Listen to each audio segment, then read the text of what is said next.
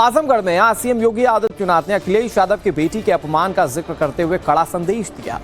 साथ ही बेटी तो बेटी होती है कहकर एक बड़ी लकीर खींच दी। योगी ने फिर से दोहराया कि बहन, बेटी और व्यापारी की सुरक्षा के साथ खिलवाड़ बर्दाश्त नहीं करेगी यूपी सरकार। इन सबके बीच उत्तर प्रदेश में योगी फोर्स अपराधियों का ताबड़तोड़ एनकाउंटर भी कर रही है, लेकिन 27 के चुनावी समर से पहले एनकाउंटर पर सियासी घमासान मचा हुआ है। अपराधियों के खिलाफ एनकाउंटर वाले एक्शन को अखिलेश यादव जाति और धर्म से जोड़कर सवाल उठा रहे हैं। लेकिन सवाल यह कि क्या एनकाउंटर पर सियासी टक्कर 27 के लिए गेम चेंजर होगा? देखिए स्पेशल रिपोर्ट।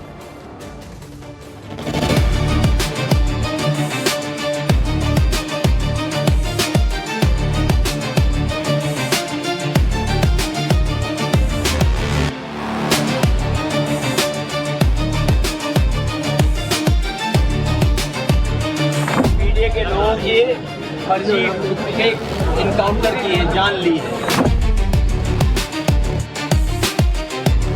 अखिलेश यादव की पुत्री के खिलाफ कुछ लोगों ने गलत टिप्पणियां की थी। जैसे मेरे संज्ञान में आया, मैंने तत्काल पुलिस से कहा, मैंने कहा इसमें एफआईआर दर्ज कराओ।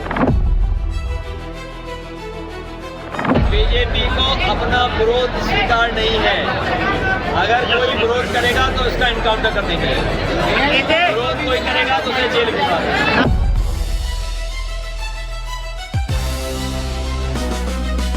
जहाँ इनका वोटर इन्वॉल्व है, जहाँ इनके लोग इन्वॉल्व हैं, वहाँ नहीं बोल रहे हैं। पुलिस जो काम कर रही है।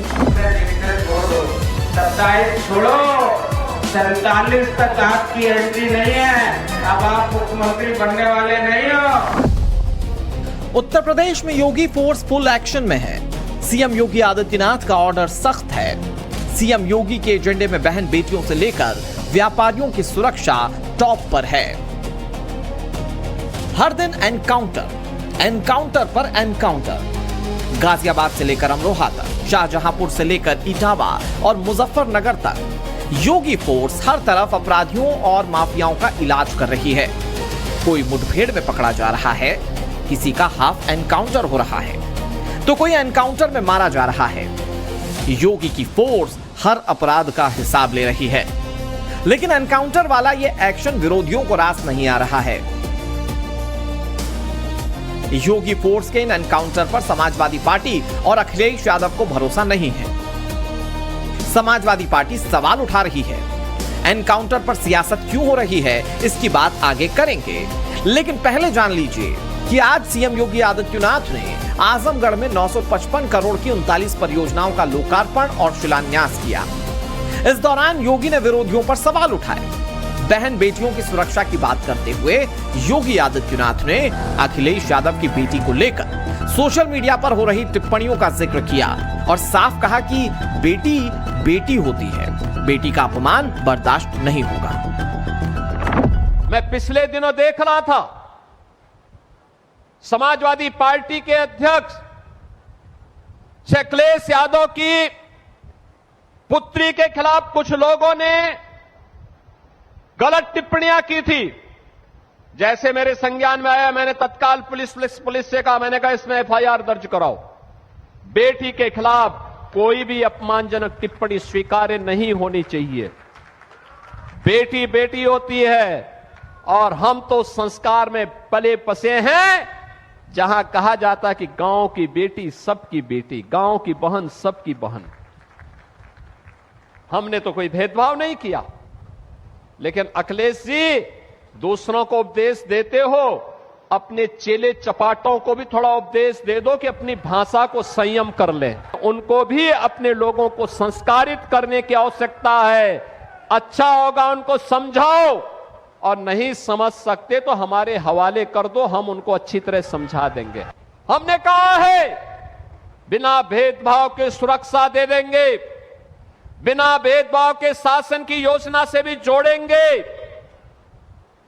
लेकिन अगर किसी ने गरीब की जमीन को हड़पने का काम किया, बेटी की सुरक्षा में सेंध लगाया और किसी व्यापारी के साथ भी जबरन करने का काम किया, तो फिर हम उसकी गारंटी नहीं ले पाएंगे। योगी आदित्यनाथ का क्लियर एजेंडा है। योगी को बहन बेटी, व्यापारी, किसी की सुरक्षा से खिलवाड़ बर्दाश्त नहीं। यही वजह है कि उत्तर प्रदेश में योगी की फोर्स ताबड़तोड़ एक्शन ले रही है। ये तस्वीरें अमरोहा की हैं, जहां 24 घंटे के अंदर पुलिस की बदमाशों के साथ दूसरी बार मुठभेड़ हो गई। पुलिस की जवाबी कार्रवाई में 25,000 के इनामी बदमाश और गौ तस्कर विक्की खान के पैर में गोली लगी। घायल होने के बाद पुलिस ने उसे गिरफ्तार कर लिया।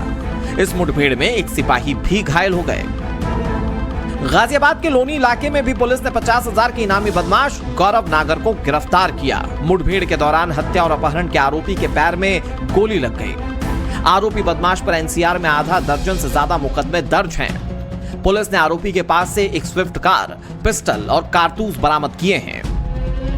इसी तरह इटावा में योगी की पुलिस ने 6 साल की बालिका के साथ अश्लील हरकत करने के आरोपी को 4 घंटे में ही धर दबोचा। मुठभेड़ में आरोपी के पैर में गोली लगी और वो घायल हो गया। पुलिस ने आरोपी मुस्लिम युवक शफीक को तमंचा, कारतूस के साथ गिरफ्तार कर लिया है। मुजफ्फरनगर में मंदिर के पुजारी की पीट कर हत्या करने वाले 2 हत्या के आरोपियों को पुलिस ने मुठभेड़ में घायल कर दिया। गिरफ्तारी के बाद आरोपियों ने हत्या का पूरा राज खोला। आरोपियों के पास से तमंचा, कारतूस और एक बाइक बरामद की गई है।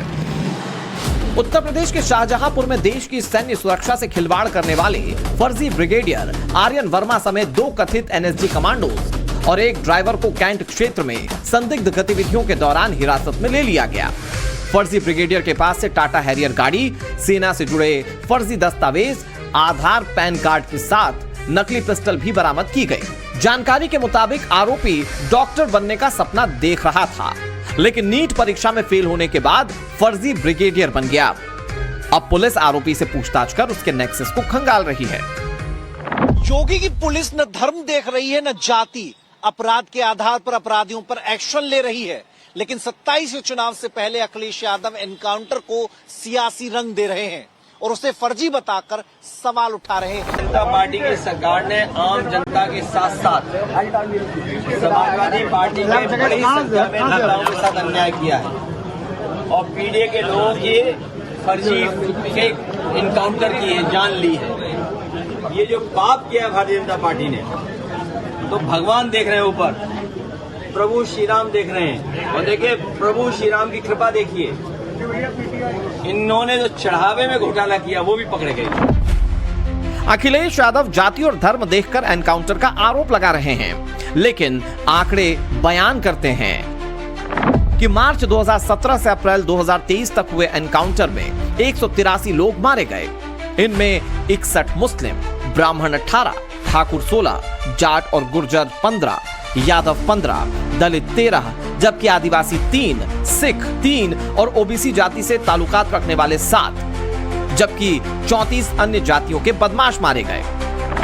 आंकड़े बताते हैं कि इनकाउंटर में मारे गए अपराधियों में से 61 मुस्लिम थे, जबकि 140 से ज्यादा अपराधी हिंदू और अन्य जातियों से ताल्लुक रखते थे और इनमें अपर कास्ट के भी अपराधी अच्छी खासी तादाद में शामिल हैं।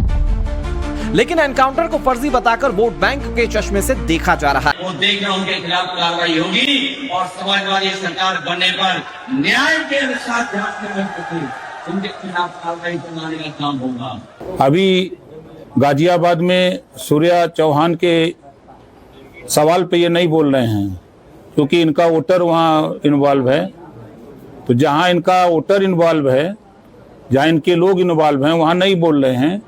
पुलिस जो काम कर रही है, अगर अपराधी है तो अपराधी अगर कानून अपने हाथ में ले रहा है तो सरकार कानून का सहारा लेकर के उनको भी कानून सिखा रही, कानून क्या होता है। ये पहली बार नहीं है जब अखिलेश यादव और उनकी पार्टी ने उत्तर प्रदेश में होने वाले एनकाउंटर्स पर सवाल उठाए हों। इससे पहले भी कई बार अखिलेश यादव योगी राज में हुए एनकाउंटर पर सवाल उठा चुके हैं। ये घटनाएं जो हो रही हैं वो सरकार की नाकामी की वजह से हो रही हैं। सरकार अपनी नाकामी छिपाने के लिए एनकाउंटर कर रही है। एनकाउंटर, नई परिभाषा में हाफ एनकाउंटर और भी कई परिभाषाएं जो सरकार ने बनाई हैं। अगर एनकाउंटर से ही लॉ एंड ऑर्डर बेहतर हो रहा होता तो अभी उत्तर प्रदेश कई आंकड़ों में और प्रदेशों से अच्छा होता। अखिलेश यादव के ताजा बयानों में उनके तेवर बता रहे हैं कि वो 2027 के लिए पूरी तरीके से तैयार हैं और उसी तेवर का एक्शन उन्होंने दिखाना शुरू कर दिया। एक तरफ वो एनकाउंटर पर योगी सरकार को घेर रहे हैं, दूसरी तरफ चुनाव में एजेंसीज के दुरुपयोग का आरोप लगाकर भारतीय जनता पार्टी पर हमलावर हैं।